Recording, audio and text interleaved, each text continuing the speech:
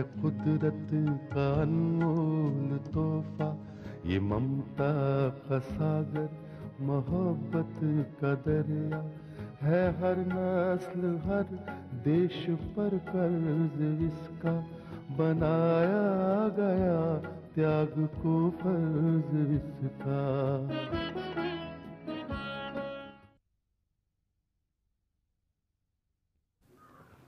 गौरव।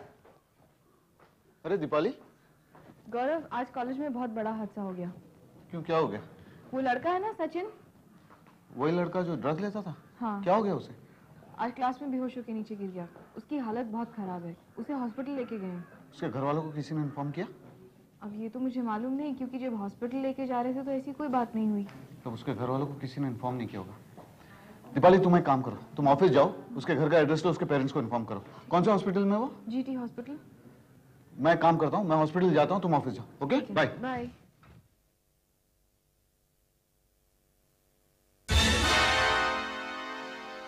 ये चेतावनी नंबर 2 है तुम्हारे लिए। तुम हमारी खींची हुई लक्ष्मण रेखा को पार करने की कोशिश कर रही हो। समझ लो हमारी बात। उसके घर वालों को बताने की कोई जरूरत नहीं है, और ये काम तुम्हारा है भी नहीं। देखो, मैं तुम्हारी धमकियों में नहीं आने वाली हूँ, मुझे धमकी देने की कोशिश मत करो। गुरुस्वामी, बहुत हिम्मत बढ़ती जा रही है इस कन्या की, और अब तो ये तुम्हारे सामने भी बहुत जबान खोलने लग गई है। अरे हमने अच्छे अच्छों की जबान बंद कर दी इस कॉलेज में। ये क्या चीज है? और एक बात, तुम यहां से निकल जाओ, कुछ बताने की जरूरत नहीं है। देखो, तुम लोग क्यों नहीं समझते हो? कोई बीमार है, हॉस्पिटल में है, ऐसी हालत में उसके घर वालों को बताना तो चाहिए ना। ज्यादा हमदर्दी जताने की जरूरत नहीं है, हम लोग वो कर लेंगे, समझे? तुमने जो करना था वो तुमने किया, अब जो मुझे करना है वो मैं करूंगी, और मुझे कोई नहीं रोक सकता।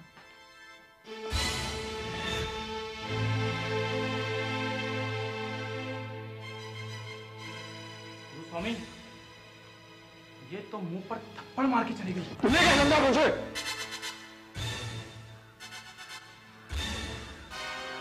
आज इसने एक सोए हुए शेर को जगाया है।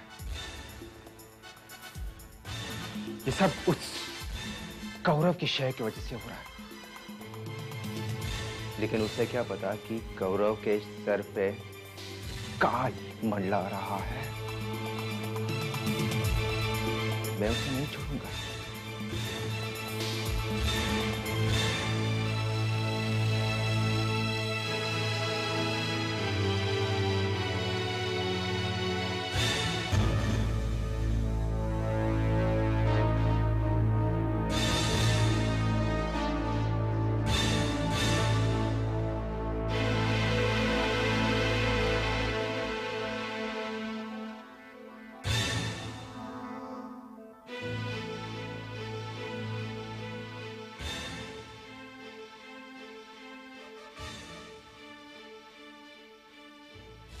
तबीयत तो ठीक हो रही, मगर फिर भी आप यही रहिए।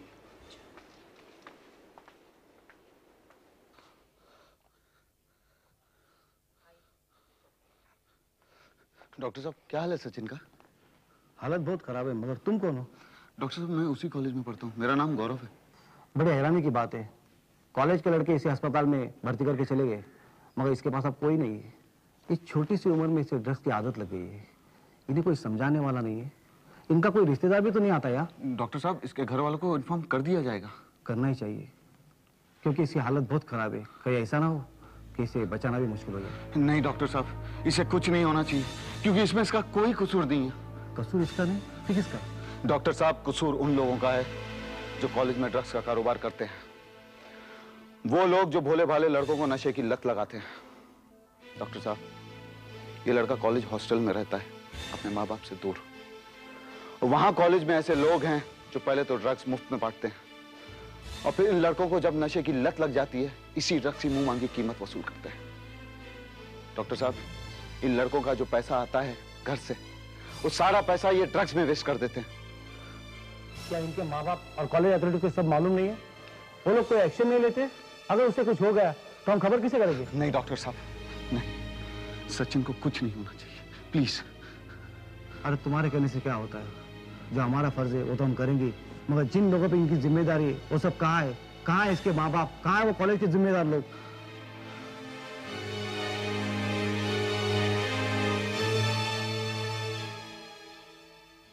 बड़े ताज्जुब की बात है कि एक लड़का कॉलेज में बीमार होकर अस्पताल पहुंच जाता है और मुझे खबर तक नहीं दी जाती। सर, उसकी खबर आपको इसलिए नहीं दी गई कि वो लोग नहीं चाहते थे कि ये खबर आप तक पहुंचे। एक लड़का कॉलेज में बीमार होकर अस्पताल में जाता है और मुझे खबर ना देने का मतलब? सर, वो लड़का अचानक बीमार नहीं हुआ। अचानक बीमार नहीं हुआ? सर, वो बहुत दिनों से बीमार है। ये क्या कह रही है तुम? तुम जानती हो उसे क्या बीमारी थी?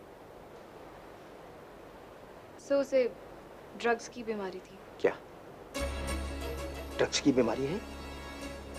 यस सर, वो लड़का एक ड्रग एडिक्ट है। लड़का ड्रग एडिक्ट है, लेकिन उसे कॉलेज में ये ड्रग्स लाकर कौन देता है? कौन लाता है ये ड्रग्स? सर, कॉलेज में ड्रग्स लाने की कोई जरूरत नहीं है। कॉलेज ही ड्रग्स की चलती फिरती दुकान है। क्या क्या कह रही हो तुम? ये कॉलेज ही ड्रग्स की चलती फिरती दुकान है।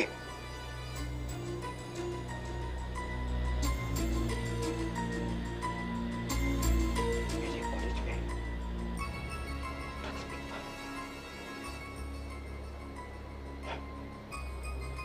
ड्रग्स बिकता है इस कॉलेज में। लेकिन ये दुकान चलाता कौन है? मैं बताता हूँ आपको सर। तुम? जी हाँ सर, मेरा नाम गौरव है, I am a new student of this college. एक बात बताओ गौरव, जो बात हम नहीं जानते वो बात तुम कैसे जानते? तुम बताओ कि वो कौन लोग हैं? सर, ये जो ड्रग्स की दुकान चलाते हैं ये इन्फ्लुएंशियल माँ बाप की औलाद हैं। ये सरेआम कॉलेज में ड्रग्स का कारोबार करते हैं। सब लोग इन्हें जानते हैं और ताज्जुब है आपको नहीं पता। क्या ये एडमिनिस्ट्रेशन की जिम्मेदारी नहीं? तुम सच कह रहे हो गौरव, सच कह रहे हो। लेकिन गौरव, तुम शायद ये नहीं जानते कि इस कॉलेज में एक हॉस्टल भी है जहां अमीरों के बच्चे रहते हैं और उनके माँ बाप उन्हें जरूरत से ज्यादा रुपया भेज देते हैं और शायद वो उन रुपयों का इसी तरह इस्तेमाल करते हो। शायद नहीं सर, यकीनन वो रुपए इसी में इस्तेमाल करते हैं। और सबसे बड़ी बात यह है कि एडमिनिस्ट्रेशन सब कुछ जानते हुए भी चुप है। एडमिनिस्ट्रेशन चुप नहीं है, खामोश नहीं है वो। लेकिन गौरव, हम एक्शन लें तो कैसे? क्योंकि ये काम हमारी नजरों के सामने नहीं होता। और फिर गौरव, ये तो माँ बाप का फर्ज भी बनता है कि वो आए और देखें अपने बच्चों को, उनकी खबर लें। अगर कोई ऐसी वैसी बात नजर आती है तो कम से कम हमें इत्तला करें। सर, जिस लड़के को हॉस्पिटल में एडमिट किया उसका नाम सचिन है। मैं अभी उसे देख कर आ रहा हूँ, उसकी हालत बड़ी खराब है। और ताज्जुब की बात तो यह है सर कि उसे हॉस्पिटल में एडमिट करने के बाद उसके माँ बाप को किसी ने इत्तला तक के नहीं की। भगवान ना करे सर, उसे अगर उसे कुछ हो गया तो ये पुलिस केस हो जाएगा गौरव। पर कम से कम सर, जो ड्रग्स का कारोबार करते हैं उनके खिलाफ पुलिस कंप्लेंट तो करनी पड़ेगी। गौरव, तुम समझने की कोशिश क्यों नहीं करते? कॉलेज कॉम्प्लेक्स में पुलिस के आने से बदनामी होती है। ये अच्छा हुआ कि तुमने मुझे इस बात की इत्तला दे दी। अब इस मामले की मैं खुद तहकीकात करूंगा।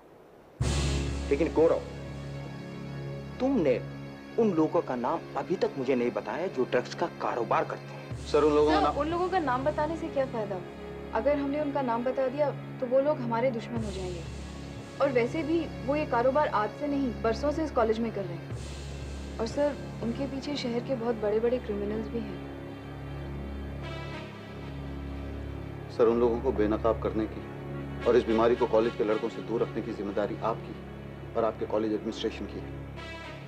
तुम सच कह रहे हो, बिल्कुल ठीक कह रहे हो तुम। उन लोगों से मैं खुद निपटूंगा और उस लड़के के माँ बाप को भी मैं ही खबर करता हूँ। मैं हॉस्पिटल जाऊंगा, उस लड़के को देखूंगा। Thank you sir. Thank you sir.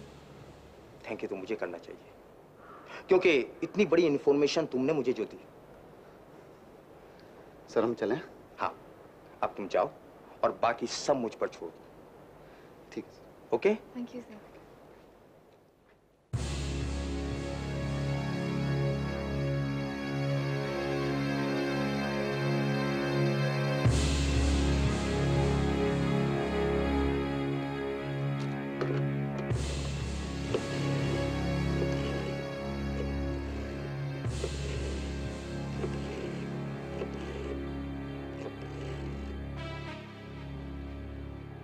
अब हालात मेरे काबू से बाहर हो रहे हैं।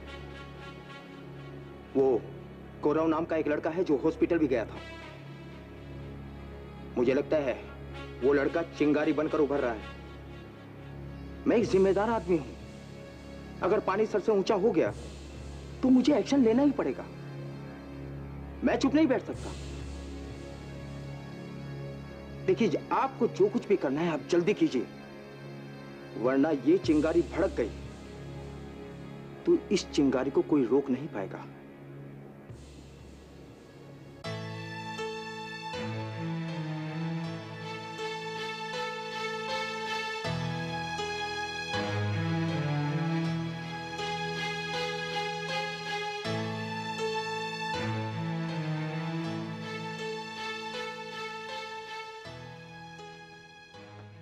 अरे जब्बार चाचा आप? जी, मैं आपकी अम्मा से मिलने आया था, लेकिन वो तो घर पर नहीं है। जी कोई खास काम था उनसे?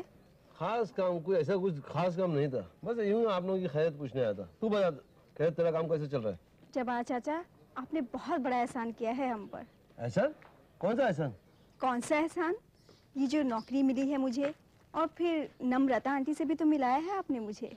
दरअसल सबा बेटी, मैं तो परेशान था आप लोगों के लिए, और रशीद भाई की हालत भी तो मुझसे छुपी नहीं है। मेरा दिल तो खून के आंसू रहा था तुम लोगों के लिए। मैंने अल्लाह से बहुत बहुत दुआ मांगी थी, और आखिर उसने मेरी दुआ सुन ली। हाँ जब्बार चाचा, अल्लाह ने आपकी सुन ली। सच पूछो सबा बेटी, हम सब लोगों को नम्रता बहन का एहसान मानना चाहिए। वो बहुत ही नेक औरत है। ये तो बिल्कुल सच है जब्बार चाचा, वो वाकई बहुत नेक औरत है। बेटी, उनका दामन थामे रखना, और वो जो भी कहे सुनना, और उन्हीं के साए में रहोगी तो तुम्हारी जिंदगी संवर जाएगी। और याद रखना कि इस घर की सब जिम्मेदारी अब तुम्हारे सर पर है। हाँ जब्बार चाचा, बहुत बहुत शुक्रिया आपका। तो सबा बेटी मैं चलता हूँ। जी खुदा हाफिज।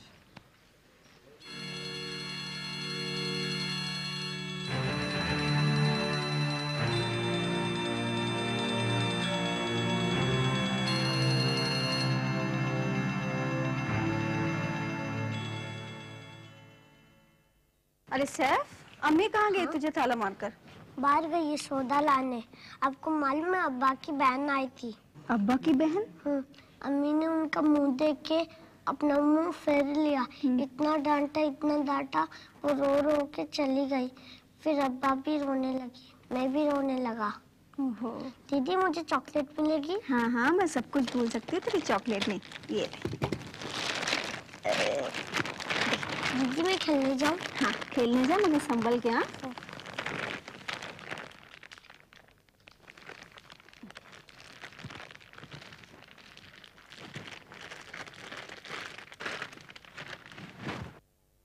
अरे सबा बेटी, कब आई तू? अभी आई अम्मी। और आते ही उस शैतान को चॉकलेट भी दे दिया तुमने? अम्मी ये टैक्स तो अदा करना ही पड़ेगा। अम्मी सैफ बता रहा थी अब्बा की कोई बहन आई थी। अम्मी अब्बा की जो बहन आई थी, क्या वो सगी बहन है उनकी? अम्मी आपने मुझे बताया नहीं। हाँ बेटा, सगी बहन है, मगर तू उसके बारे में ना ही पूछ तो अच्छा है। कैसी बात करती हैं अम्मी? वो हमारी रिश्तेदार हैं, और फिर अब्बू की सगी बहन, और आप कहती हैं कि मैं उसके बारे में कुछ नहीं पूछूं। हाँ बेटा, ये सच है कि वो हमारी रिश्तेदार है। उसकी रगों में भी वही खून दौड़ रहा है जो तेरे बाप की रगों में दौड़ रहा है। लेकिन बेटा, अगर जिस्म के एक हिस्से में जख्म हो जाए और वो जख्म सड़कर नासूर बन जाए, तो उस हिस्से को काटकर जिस्म से अलग कर दिया जाता है। ऐसे ही खानदान में औरत को इज्जत की निशानी समझा जाता है, लेकिन जब वो निशानी बाहर जाकर बैठ जाती है बाजार में, तो खानदान का सर समाज के सामने इस तरह से झुक जाता है कि फिर उठने के काबिल नहीं रहता। तेरी फूफी ने भी ऐसा ही किया, अपनी इज्जत बेचकर अपने खानदान की इज्जत को मिट्टी में मिला दिया उसने। उसके गम में तेरे बाप ने शराब की लत लगा ली, अपनी जिंदगी बर्बाद कर दी। बेटा, ऐसी औरत से रिश्ता रखना ना तो हमारे लिए अच्छा है, ना ही हमारी औलाद के लिए। हमने बात तेरे से इसलिए छुपा कर रखी कि ये बात शरीफों के दामन पर लगा ऐसा दाग है जो मिटाने से भी नहीं मिट सकता। अम्मी, आपने भी आखिर एक औरत को ही गुनाहगार समझा ना, उसे जलील और नीच समझा, मगर आपने ये देखने की कोशिश नहीं की कि उसे ऐसा किन हालात में करना पड़ा। उसकी भी कोई मजबूरी होगी ना। बेटा, जब किसी औरत के साथ जीना बेलजबरी या बलात्कार होता है ना, तो समाज उससे हमदर्दी तो रखता है, लेकिन उसकी मजबूरी को कभी माफ नहीं करता।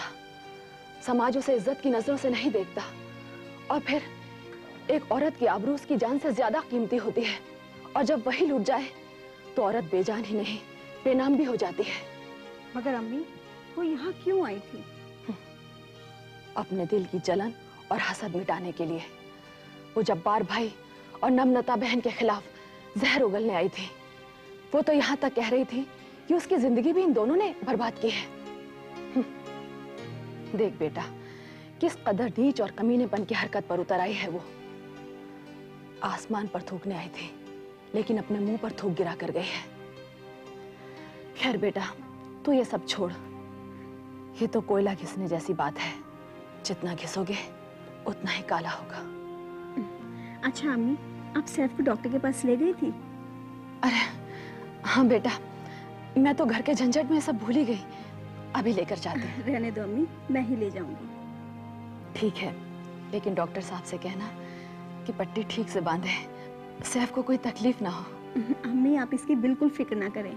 डॉक्टर साहब बहुत अच्छे आदमी हैं, और फिर सैफ की उनसे दोस्ती हो गई है। रोज चॉकलेट देते हैं उसे। अच्छा अम्मी, मैं चलती हूँ।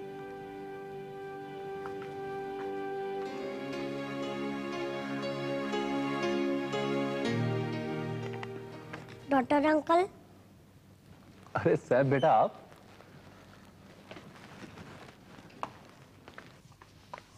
अब कैसे हैं आप? ठीक हूँ।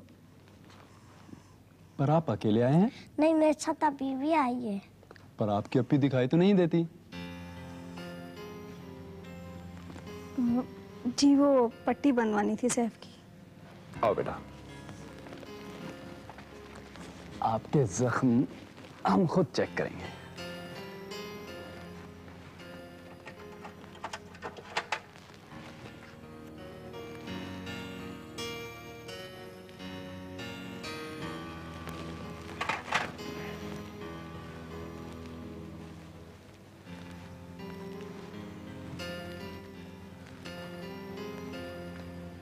अब कैसा है जख्म? घबराने की बिल्कुल बात नहीं, अब सैफ बिल्कुल ठीक है। जी, इसका मतलब अब आने की कोई जरूरत नहीं? जी, आना तो पड़ेगा ही। सर के चोट का मामला है ना। जी, बात वो ये है कि घर पर कोई आदमी नहीं है जो इसे रोज आपके दवा खाने लेकर आए, और मुझे रोज नौकरी पर जाना पड़ता है। घर पर कोई नहीं है, पर आपके वालिद? देखिए, अगर आपको आने जाने में प्रॉब्लम है तो कल से मैं खुद ही आपके घर आ जाया करूंगा। आप क्यों तकलीफ करेंगे? इसमें तकलीफ कैसी? मैं एक डॉक्टर हूँ और डॉक्टर का ये फर्ज बनता है। और सैफ को चोट भी तो हमारी गाड़ी से टकराने की वजह से आई ना। अंकल, मैं तो खुद आपकी गाड़ी से टकराया था। बेटा, चाहे आप हमारी गाड़ी से टकराए थे या हमारी गाड़ी आपसे टकराई, पर चोट तो आपके सर पर आई है ना। अंकल, मेरी चॉकलेट? अरे हाँ, आपकी चॉकलेट हमारे पास है। हम कैसे भूल सकते हैं आपकी चॉकलेट? अब ये किसी दो। Thank you. Thank you uncle. Welcome. ये क्या डॉक्टर साहब, अब तो इसकी आदत बिगाड़ रहे हैं। चलो घर चलते। अच्छा डॉक्टर साहब, मैं चलती हूँ। खुदा हाफिज।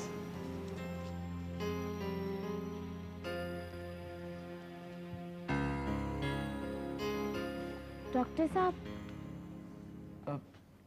नर्स, बच्चा बहुत ही प्यारा है। बच्चा तो बहुत प्यारा है, पर उसकी बहन भी बहुत खूबसूरत है। नर्स, दूसरे पेशेंट को भेजो। Okay doctor.